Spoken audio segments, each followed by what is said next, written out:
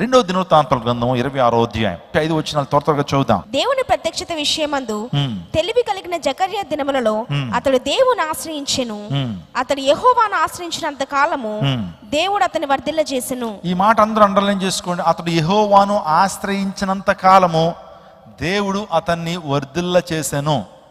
అంటే దేవుని ఆశ్రయించినంత కాలము ఆయన వర్ధిల్లింపజేశాడు అని దేవుని లేఖనాలు చెప్తున్నాయి. మన జీవితాల్లో కూడా దేవుణ్ణి ఆశ్రయించేటువంటి వారు వర్ధిల్లుతారు. దేవుణ్ణి ఆశ్రయించేటువంటి వారు తమ జీవితంలో ఉన్నతమైన స్థానానికి వెళ్తారు. దేవుని ఆశ్రయించేటువంటి వారు వారి జీవితంలో స్వస్థతను పొందుకుంటారు. దేవుని ఆశ్రయించేటువంటి వారి జీవితాల్లో ఉన్నతమైన స్థానానికి వారు చేరుకుంటారు. శాంతి, సమాధానం, సంతృప్తితో వారు జీవించగలుగుతారు. హన్నా దేవుణ్ణి ఆశ్రయించింది. తన యొక్క గర్భం ఉడికిపోయినా, తన జీవితంలో గొడ్రాలుగా పేరు తెచ్చుకున్న ఆశ్రయించిన హన్నా గర్భం తెరవబడింది. దేవుని ఆశ్రయించేటువంటి వారు గొప్ప దీవెన, ఆశీర్వాదాన్ని పొందుకుంటారు. ఎస్తేరు దేవుని ఆశ్రయించింది. ఎస్తేరు రాణిగా మార్చబడింది. హిజ్కియా ప్రభువుని ఆశ్రయించాడు. నిజంగా మరణకరమైన రోగం వచ్చినప్పుడు, భయంకరమైన క్యాన్సర్ తనకు వచ్చి ఉంటుందేమో, ఆ టైంలో దేవాదేవుడు హిజ్కియాను జ్ఞాపకం చేసుకున్నాడు. నిజంగా రక్తస్రావనుడి స్త్రీ ప్రభువుని ఆశ్రయించి ప్రభు యొక్క వస్త్రపు చెంగును ఎప్పుడైతే ముట్టుకుందో తన జీవితంలో రక్తధార కట్టిన గొప్ప స్వస్థతను పొందుకుంది. ఇది ప్రభుని ఆశ్రయిస్తున్నావా? ప్రభుని ఆశ్రయించేటువంటి వారు వర్ధిల్లుతారో, అద్భుతాలు పొందుకుంటారో. ఉదయకాల సమయంలో నా ప్రియ దేవ జనాంగమా, వర్ధిల్లబడాలి అని కోరుకుంటే నీవు ప్రభువుని ఆశ్రయించాలి. ప్రభుని ఆశ్రయిస్తున్నావా? ఏదైనా సమస్య రాగానే మనకున్న డబ్బు పరపతితో మనుషుల మీద ఆధారపడిపోతుంటాం. మనకున్నటువంటి పరపతితో వెంటనే వారికి కాల్ చేస్తాం, వీరికి కాల్ చేస్తాం. కానీ వారందరికీ కాల్ చేసే ముందు ఏసై కాల్ చేస్తున్నావా? మీ జీవితం నేను చెప్తున్నానండి, సమస్యలు వచ్చినప్పుడు డాక్టర్ దగ్గరికి వెళ్లే ముందు కంటే నువ్వు ప్రభు పరమ వైద్యుడు, is the supreme doctor, is the supreme physician, ఆయనకి ప్రార్థన చేస్తున్నావా? నేను ఒక మాట చెప్తున్నాను, డాక్టర్స్ మనం ట్రీట్ చేస్తారు కానీ హీల్ చేసేది ప్రభువే. Doctor treats but Jesus heels. దేవుడు ఏం చేస్తాడు? మనల్ని స్వస్థపరిచేటువంటి వాడు ఆయనే. డాక్టర్ ట్రీట్మెంట్ ఇస్తారు కానీ అది కొన్ని సందర్భాల్లో వర్కౌట్ అవ్వచ్చు, వర్కౌట్ అవ్వకపోవచ్చు. కానీ స్వస్థపరిచేటువంటి దేవుడు మన ప్రభు. నేను స్వస్థపరిచే యెహోవాను నేనే. I am the God who can heal ఎత్ యూ. నేను స్వస్థపరచగలిగినటువంటి దేవుడిను నేనే. నిర్గమాకాండం 15వ అధ్యాయంలో చెప్తున్నాడు. నీ సంకటములన్నీ కుదురుస్తానని దేవుడు వాగ్దానం చేస్తున్నాడు. ఆయన పొందిన దెబ్బల చేత మనకు స్వస్థత. Yes, by his wounds we can be healed. ఆయన పొందిన దెబ్బల ద్వారా మనకు స్వస్థత. మనం వర్ధిల్లాలి అంటే నీతిని కలిగి జీవించాలండి. ఏంటి నీతి? చాలామంది అంటారు, నీకు నీతి జాతి లేదేంట్రా అంటారు గొడవలప్పుడు. నీకు ఎన్నుంటే ఏంటి? నీతి లేకపోతే నీకు ఎన్నున్నా శూన్యమే. ఒక వ్యక్తి లోకానంతా సంపాదించుకుని తన ఆత్మను పోగొట్టుకుంటే ఏమి ప్రయోజనం అన్నాడు. అలెగ్జాండర్ ది గ్రేట్ ఉన్నాడండి. అలెగ్జాండర్ ది గ్రేట్ ఎంత గొప్ప వీరుడంటే నిజంగా అతనికి ఇంకా జయించడానికి భూభాగాలే లేవు. ఒకరోజు ఎలా అంటున్నాడు గర్వంతో విర్రవీగిపోతూ, నేను జయించడానికి ఇంక భూభాగాలే లేవా, దేవలోకానికి నిచ్చునుంటే బాగుండు, ఆ నిచ్చుని వేసుకెళ్ళిపోయి దేవలోకాన్ని కూడా జయించేసేటువంటి వాడు అన్నాడు.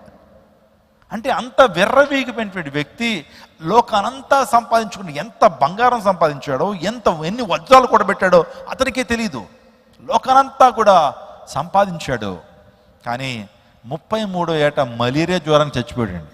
దేనికి? ఆఫ్టర్ ఆల్ మలేరియా జ్వరం, మలేరియా దోమ కుట్టింది, మనిషి చచ్చిపోయాడు.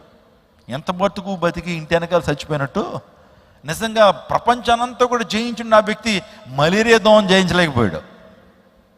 మనం కూడా మాట్లాడుకోవచ్చు కదండి. మరి ఈ దశాబ్దంలో మనకు మంచి ఎక్స్పీరియన్స్, మరి మన పూర్వీకులు లేదు ఈ ఎక్స్పీరియన్స్, కరోనా ఎక్స్పీరియన్స్. ఒక చిన్న వైరస్, అసలు మైక్రోస్కోప్లు ఇలా పెట్టినా సరిగ్గా కనబడిన ఆ వైరస్ ఎంతమందిని నాశనం చేసిందండి. అది వచ్చినాక 2 వేవ్స్లో 3 వేవ్స్లో అనేక మందిని తీసుకెళ్ళిపోతున్న అధికారులను, ఆ తర్వాత మనం ఆలోచన చేస్తే ఎమ్మెల్యేలని, ఎంపీలని, ఆ తర్వాత ప్రజా పరిపాలకులను కూడా తీసుకెళ్ళిపోతున్న గవర్నమెంట్ ఏమి చేయలేకపోయింది.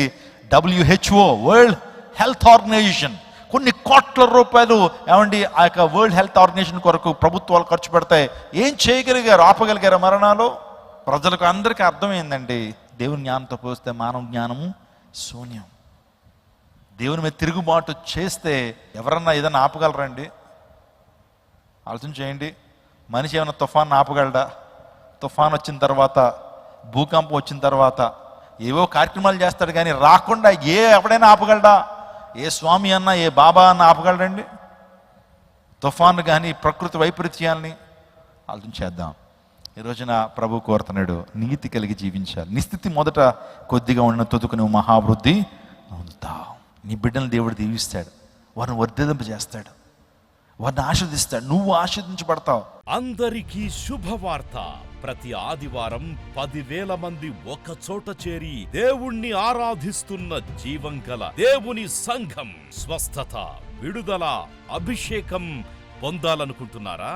దురాత్మ శక్తుల నుంచి విడుదల కావాలా? ఆర్థిక ఇబ్బందుల నుంచి విడుదల కావాలా?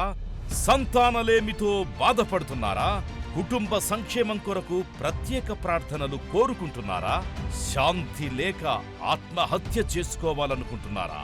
నిజమైన ఖచ్చితమైన వాక్యం చేత బలపడాలని ఆశిస్తున్నట్టయితే రండి. క్రైస్ట్ టెంపుల్ మీ కొరకే.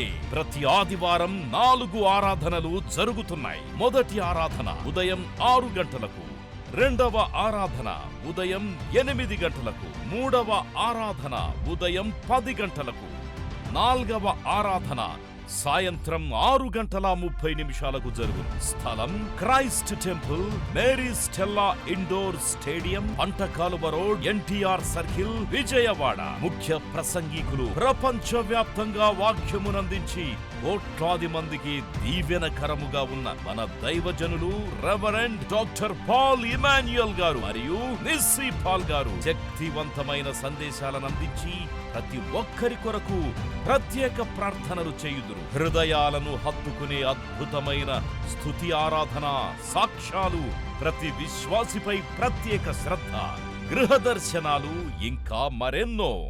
ప్రతి ఆరాధనలో 1000 మంది ప్రజలు పాల్గొంటూ ఆత్మీయముగా బలపడుచున్నారు. పాటలు, ఆరాధన, వర్తమానముల ద్వారా దేవుని ఆత్మీయ కార్యములు అనేకులు పొందుకుంటున్నారు. విజయవాడ చుట్టుపక్కల ప్రాంతాల నుంచే కాక 100 కిలోమీటర్ల దూరం నుంచి ప్రజలు వచ్చి ఆత్మీయ మేలులు పొందుచున్నారు. ప్రతి ఆదివారం హోలీ కమ్యూనియన్ సర్వీస్. దూర ప్రాంతము నుండి వచ్చు వారికి ప్రేమ విందు కలదు. కుటుంబాలతో రండి. దేవుడిచ్చే గొప్ప రక్షణ, స్వస్థత, అభిషేకాన్ని పొందుకొనండి. రండి, మీ దుఃఖము నాట్యముగా మార్చబడును. మరిన్ని వివరాలకు సంప్రదించండి 88 6276 777.